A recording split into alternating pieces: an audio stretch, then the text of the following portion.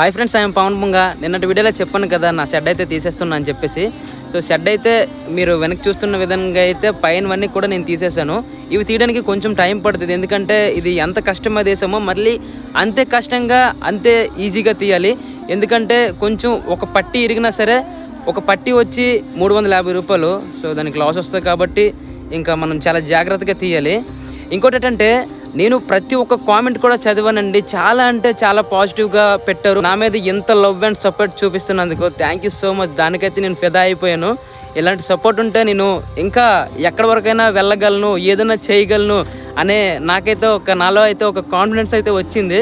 So నిజంగా thank you so much అండి అందరికీ. చాలా అంటే చాలా బాగా సపోర్ట్ చేశారు, మర్చిపోలేను. నాకు ఎంత కష్టం వచ్చినా సరే మీరు పెట్టే ఒక కామెంట్తో నాది మొత్తం అంతా పోతుంది. ఇంకోటి ఏంటంటే నేను కామెంట్స్లో గమనించాను, ఈ ప్రాబ్లం అనేది మా ఊర్లోనే కాదు చాలా విలేజ్లో అంటే మత్స్యకార గ్రామాల్లో సేమ్ సిచ్యువేషన్ జరుగుతుంది.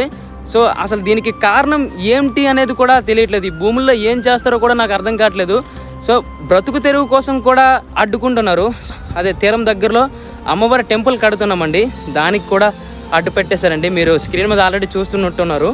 ఆ టెంపుల్ కూడా కట్టొద్దు అంటున్నారు. టెంపుల్ కట్టడానికి భూమి పూజ కూడా చేసుకొని పని అయితే స్టార్ట్ చేసే టైంలో అయితే అది కూడా ఆపేశారండి. గుడి కూడా ఇప్పుడు కట్టడానికి వీల్లేదని చెప్పారు. అసలు మా ఊర్లో ఏం జరుగుతుందనేది నేను ప్రశ్నిస్తున్నాను. సో దయచేసి ఎవరైనా పెద్ద పెద్ద వాళ్ళు చూస్తుంటే కనీసం దీనికి రెస్పాండ్ అవ్వండి సార్. ఎందుకంటే మా ఊర్లో అసలు ఏం జరుగుతుంది కూడా నాకు అర్థం కావడం లేదు. ఎందుకంటే మా టెంపుల్ని నా షెడ్ నాపోరు నేను యాక్సెప్ట్ చేస్తాను, నేను తీసుకుని పీకేసి ఎక్కడో దగ్గర నేను వేసుకుంటా. కానీ అమ్మవారు ఏం చేసింది సార్? అమ్మవారు ఏం చేసింది చెప్పండి? గుడి కట్టుకోకూడదా? పూజలు చేయకూడదా? ఏదైతే ఏది అవనివ్వండి, ప్రాబ్లమే లేదు. నేనైతే హ్యాపీగా ఉన్నాను. నాకు చాలామంది కాల్స్ చేస్తున్నారు, మెసేజెస్ వాట్సాప్లో, ఇన్స్టాగ్రామ్లో, ఫేస్బుక్లో. సో ఎక్కడెక్కడి నుంచో మెసేజ్లు చేస్తున్నారు ఇలా జరిగినందుకు. So thank you so much ప్రతి ఒక్కరికి. నేను హ్యాపీగానే ఉంటా, వీడియోస్ చేస్తూనే ఉంటా, మీరు చూస్తూనే ఉండండి. ఖచ్చితంగా మీకు నచ్చిన వీడియోసే చేస్తూ ఉంటా.